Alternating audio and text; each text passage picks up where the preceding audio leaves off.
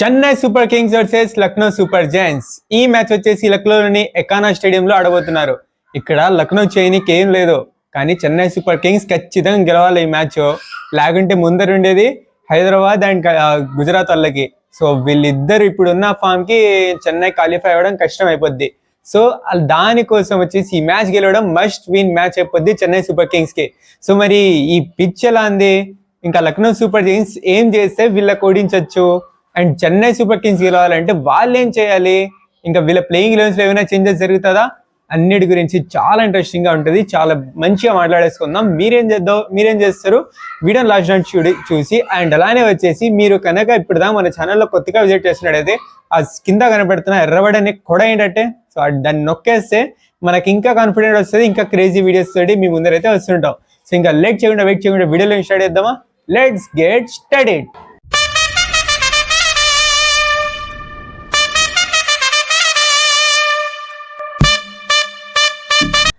Hey guys, WhatsApp, welcome back to our channel VIPs officials. ఇలాంటి ఏం సంగతులు.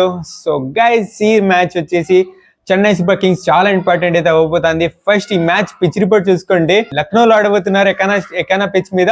So ఇది వచ్చేసి బ్యాటింగ్ పిచ్ అయితే అసలు కాదు, కొంచెం స్లో పిచ్ ఉంటుంది.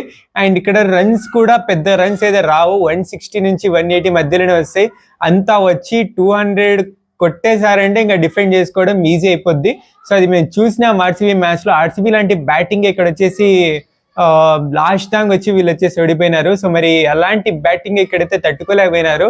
సో మరి ఇక్కడ ఈ సిఎస్కే వాళ్ళు ఏం చేస్తారో చూడాలి, అండ్ లక్నో వాళ్ళు కూడా ఏం చేస్తారో చూడాలి. లక్నో కొంచెం బెనిఫిట్ ఉంటుంది పిచ్ మీద, ఎందుకంటే వాళ్ళ హోమ్ గ్రౌండ్ కాబట్టి కొంచెం ఐడియా అయితే ఉంటుంది. అండ్ లాస్ట్ మ్యాచ్ లో వాళ్ళు ఆడింది చూసుకుంటే ఇంకా బాగా వీళ్ళకైతే ఐడియా ఉంటుంది అనేసి నేనైతే అనుకున్నా. అండ్ అలానే వచ్చేసి బౌలర్స్ మీదకి వచ్చేసి ఎవరికి ఇది మంచిగా హెల్ప్ అవుతుంది అంటే, ఇది వచ్చేసి పిచ్ వచ్చేసి స్పిన్ వచ్చేసి మంచిగా హెల్ప్ అవుతుంది. అండ్ ఫాస్ట్ బౌలర్స్కి అస్సలు అవ్వదా అంటే, వేరియేషన్స్ కట్టర్స్ వాడే వాళ్ళకి వచ్చేసి పిచ్ వచ్చేసి మంచిగా హెల్ప్ అవుతుంది. లేదంటే నార్మల్ పేస్ స్పీడ్గా వేస్తామంటే అది వచ్చేసి అక్కడ అంతే స్పీడ్గా వచ్చేసి బౌండరీ కూడా వెళ్ళే అవకాశం ఉంటుంది. కాబట్టి ఖచ్చితంగా మంచి వేరియేషన్స్ వాడాలి, మంచి కటర్స్ వాడాలి. అండ్ ఇక్కడ స్పిన్నర్స్ కూడా అంత ఈజీగా ఉండదు, టర్న్ అంతగా అవ్వదు. మరి స్పిన్నర్స్ కూడా మంచిగా పిచ్ మీద వెతికి వికెట్స్ ఇవ్వాల్సి వస్తుంది. చూడాలి మరి ఏమవుతుందేమో. సో ఇది మొత్తానికి పిచ్ రిపోర్ట్. అండ్ టాస్ గెలిచిన టీం ఏం చేయాలరా అంటే, మేబీ ఫస్ట్ బౌలింగే వెళ్తే బాగుంటుంది అనేసి నేనైతే అనుకుంటున్నా. డ్యూ వస్తుంది కాబట్టి మంచిగా చేసి చేయడానికి ఈజీ అవ్వచ్చు. సో మరి చూడాలి. కానీ బ్యాటింగ్ ఉన్నా పెద్ద ఫరక్ పడదు. ఫస్ట్ ఇన్నింగ్స్ బ్యాటింగ్ ఉన్నా కూడా పెద్ద ఫరక్ అయితే పడదు. సో మరి చూడాలి ఏమవుతుందేమో. సో ఇంకా ఇక్కడ వచ్చేసి ఇప్పుడు హెడ్ టు హెడ్ చూసుకుంటే ఎవరు పై చేయలేదు, ఎవరు కింద చేయలేదు, ఎవరికి డౌన్ లేదు, ఎవరు పైన అయితే లేరు. ఇక్కడ వచ్చేసి ఇద్దరు వచ్చేసి ఈక్వల్ అయితే ఉన్నారు. 7 మ్యాచెస్ జరిగినాయి. అందులో 3 మ్యాచెస్ ఏమో చెన్నై సూపర్ కింగ్స్, 3 మ్యాచెస్ ఏమో లక్నో సూపర్ జైంట్స్, ఒక్క మ్యాచ్ ఏమో డ్రా అయితే అయింది. సో ఇంకా last match Chennai super Kings అయితే గెలిచి వస్తున్నారు ఈ సీజన్ లో. సో మరి అది కూడా చాలా టఫ్ గా వాళ్ళు అయితే ఏమవుతుందేమో ఇంట్రెస్టింగ్ గా మారుతూ ఇక్కడ వచ్చేసి మ్యాచ్ అయితే గెలిచినారు. సో మరి ఇక్కడ వచ్చేసరికి ఏమవుతుందేమో చూద్దాం. వాళ్ళ పిచ్ లోనే ఎంత స్ట్రగుల్ చేశారంటే ఇక్కడ ఏం చేస్తారో చూడాలి మరి. సో ఇప్పుడు వచ్చేసి ఒక్కొక్క టీం గురించి డిస్కస్ చేసుకుందాం. ఫస్ట్ వచ్చేసి లక్నో సూపర్ జైంట్స్. వీళ్ళకి వచ్చేసి ఉన్న కన్సర్న్ ఏందిరా అంటే, ఖచ్చితంగా వచ్చేసి ఇక్కడ టాప్ ఆర్డర్ ఇప్పుడు వచ్చేసి ఓపెనింగ్ మంచిగా, ఇప్పుడు సీజన్ ఎండింగ్ లో వచ్చేసి మిచెల్ మార్ష్ మంచి టచ్ లో అయితే కనబడుతున్నాడు. ఇంకా జాస్ ఇంగ్లీష్ మంచి రన్స్ అయితే కొట్టిండు లాస్ట్ మ్యాచ్ లో. ఇంకా నికోలస్ పూరన్ అంత సూపర్ ఫామ్ లో లేడు, కానీ అయినా సరే ఇక్కడ వచ్చేసి ఈ పిచ్ మీద వచ్చేసరికి నికోలస్ పూరన్ బ్యాట్ నుంచి ఏదో ఒకటి వస్తాయి అనేసి నేనైతే రెస్పెక్ట్ చేస్తున్నా. సో ఇంకా నెక్స్ట్ వచ్చేసి ఆడమ్ మాక్రమ్ నుంచి అంత మంచిగా రావట్లే, రిషబ్ పంత్ అంత మంచి టచ్ లో కనబడట్లేదు. ఇంకా నెక్స్ట్ చూసుకుంటే ఇది మొత్తానికి హిమ్మత్ సింగ్ వాళ్ళు అంత మంచిగా రావట్లేదు, రఘువంశీ కానీ హిమ్మత్ సింగ్ కానీ వీళ్ళంత మంచిగా రావట్లేదు.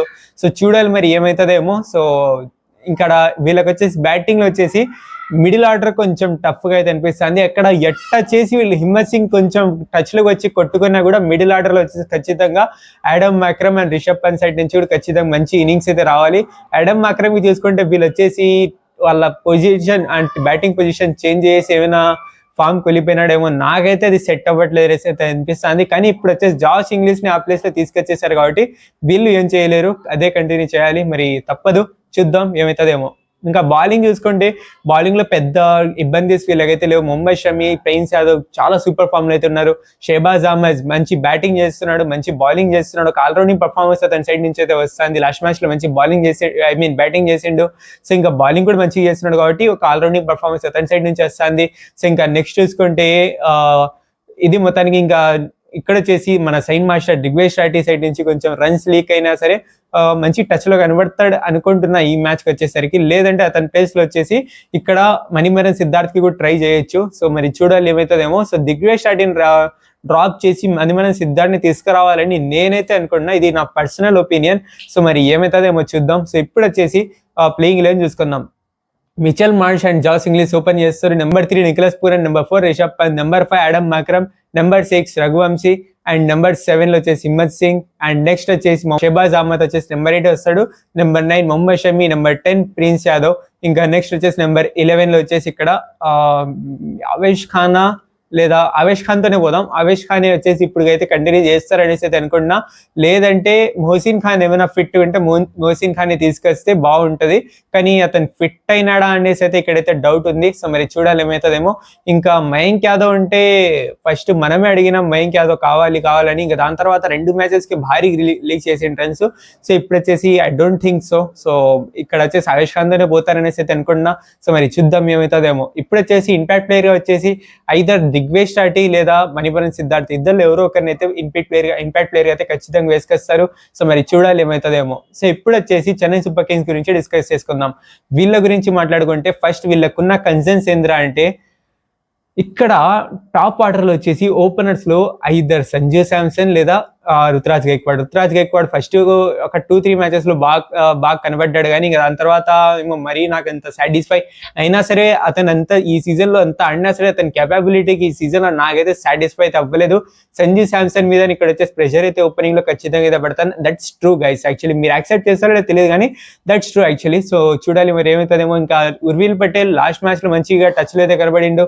సో వీళ్ళకి వచ్చేసి టాప్ ఆర్డర్ కొంచెం బాగా హ్యాండిల్ చేసుకుని వస్తున్న కార్తిక్ శర్మ అతను మంచి టచ్ లోనే అయితే ఉన్నాడు. అతను కూడా మంచి ఫామ్ లోనే అయితే ఉన్నాడు. మంచి రన్స్ కొడుతున్నాడు. మరి చూడాలి ఏమవుతుందేమో. సో ఇంకా నెక్స్ట్ వచ్చేసి శివన్ దుబే సైడ్ నుంచి అదే రావట్లేదు.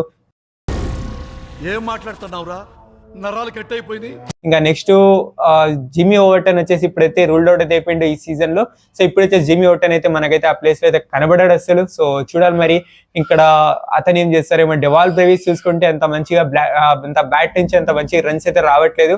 So still they have a problems in batting. So చూడాలి మరి దాన్ని చేంజ్ చేసుకొని వస్తారా లేదా, ఎక్కడికి వచ్చేసరికైనా వీళ్ళు వచ్చేసి కొంచెం రన్స్ చేస్తారా లేదా అనేసి అయితే ఖచ్చితంగా అయితే చూడడం చాలా ఇంట్రెస్టింగ్ అయితే ఉండబోతుంది. ఇంకా బౌలింగ్ లో చూసుకుంటే ఇక్కడ జిమ్మీ ఓవర్టన్ వెళ్ళడం వల్ల ఇక్కడ వచ్చేసి కొంచెం ప్రెషర్ అయితే పడచ్చు బౌలింగ్ మీద. బికాస్ వీళ్ళకాడ ఉన్న ఆప్షన్స్ అన్ని ప్రశాంత్ వీర్ ఉన్నాడు. నెక్స్ట్ వచ్చేసి నూర్ అహ్మద్, అఖిల్ హుసేన్, అంశుల్ కంబోజ్ అండ్ మన గుర్జప్నీత్ సింగ్ 5 బౌలర్స్ వీళ్ళకైతే ఆప్షన్ ఉన్నారు. ఇంకా శివన్ దుబేని వీళ్ళైతే వాడచ్చు.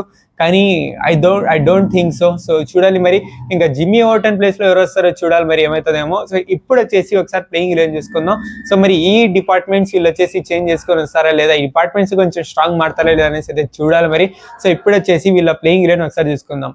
రుతురాజ్ గైక్వాడ్, సంజు శాంసన్ ఓపెనింగ్ చేస్తారు. నెంబర్ 3 ఉర్విల్ పటేల్, 4 కార్తిక్ శర్మ, 5 వచ్చేసి శివం దుబే, 6 డెవాల్ బ్రేవిస్, 7 వచ్చేసి ప్రశాంత్ వీర్, 8 వచ్చేసి ఇక్కడ అఖిల్ హుసేన్, 9 నూర్ అహ్మద్, 10 వచ్చేసి అంశుల్ కంబోజ్, 11 వచ్చేసి గుర్జప్నీత్ సింగ్. ఇంకా ఇంపాక్ట్ ప్లేయర్ గా వచ్చేసి ఇక్కడ 2 ఆప్షన్స్ వీళ్ళైతే పెట్టుకోవచ్చు. ఒకటి బ్యాటింగ్ లో ఒకటి బౌలింగ్ లో. అది వచ్చేసి ఒకటి సర్ఫరాజ్ ఖాన్, ఇంకా నెక్స్ట్ వచ్చేసి ఇక్కడ ముఖేష్ చౌదరిని వచ్చేసి తీసుకొచ్చే అవకాశం ఉంది. ఇద్దరిలో వచ్చేసి ఎవరినో ఒకరిని బ్యాటింగ్ లో అవసరం ఉంటే సర్ఫరాజ్ ఖాన్ ని, లేదంటే ముఖేష్ చౌదరిని వచ్చేసి ఇక్కడైతే బౌలింగ్ లో అయితే తీసుకొని రావచ్చు. కానీ ఈ పిచ్ వచ్చేసి ఎక్కువ శాతం స్పిన్ కి వచ్చేసి ఇక్కడ వచ్చేసి హెల్ప్ అవుతుంది కాబట్టి, లేదా ఒక ఏదైనా ఫారినర్ ఆల్రౌండర్ ని వచ్చేసి తీసుకొస్తారనేసి అయితే చూడాలి. సో మరి చూడాలి ఏమవుతుందేమో. ఇక జిమ్మీ ఓవర్టన్ ప్లేస్ లో వచ్చేసి డాన్ ఫారెస్టర్ ని తీసుకొచ్చారు. సో తన పేరు నాకు నోట్ తిరగట్లేదు. సో క్లియర్ గా మీకు వచ్చేసి అర్థమైతే కింద కామెంట్ సెక్షన్ లో తెలియజేయండి, లేకుంటే డిస్క్రిప్షన్ బాక్స్ లో ఇచ్చేస్తాను. సో అక్కడ వచ్చేసి చూసుకోండి. సో చూడాలి మరి ఏమవుతుందేమో. సో గది గేస్ మొత్తానికి ఇవాల్టి వీడియో. అండ్ ఈ మ్యాచ్ ఎవరు గెలుస్తారా అంటే నాకు వచ్చేసి ఇది లక్నో పిచ్ మీదనే ఆడుతున్నారు కాబట్టి, వాళ్ళు హోమ్ టీమ్ కాబట్టి ఇక్కడ వచ్చేసి నాకైతే లక్నో సూపర్ జైంట్స్ అనిపిస్తుంది. సో మరి చూద్దాం. అంటే లక్నో సూపర్ జైంట్స్ గెలుస్తుంది అనేసి నేనైతే చెప్పట్లేదు. ఇక్కడ 60-40% వచ్చేసి అయితే ఉంటుంది, లేదా 70 లేదా 50-50 ఛాన్సెస్ అయితే ఉంటాయి. కానీ I'm going with Lucknow Super Giants పై చేయి ఉంటాయనేసి నేనైతే అనుకున్నా. ఒక్కవేళ చెన్నై సూపర్ కింగ్స్ గెలిచినా కూడా అంత ఈజీగా అయితే గెలవరు. ఖచ్చితంగా టఫ్ కాంపిటీషన్ అయితే ఉండబోతాడు అనేసి అయితే నాకైతే అనిపిస్తుంది. మరి చూడాలి ఏమవుతుందేమో. So that's it for this video. ఈ వీడియో కనుక మీరు నచ్చితే లైక్ చేయండి, షేర్ చేయండి మీ ఫ్రెండ్ 5 నెంబర్స్ తో. అండ్ నెక్స్ట్ వచ్చేసి ఈ వీడియో కనుక ఈ ఛానల్లో మీరు కనుక కొత్తగా విజిట్ చేస్తున్నట్టయితే ఇప్పుడే కింద కనబడుతున్నా సబ్స్క్రైబ్ చేసుకొని పక్కన వెల్కమ్ ఆన్ చేసుకోండి. ఇలాంటి క్రేజీ వీడియోస్ అయితే డైలీ అయితే మీ ముందరైతే వస్తూ ఉంటాను. So that's it for this video. Thank you so much for watching. Take care of you all. Signing off VIPs Officials. Bye. చెప్పక బాయ్.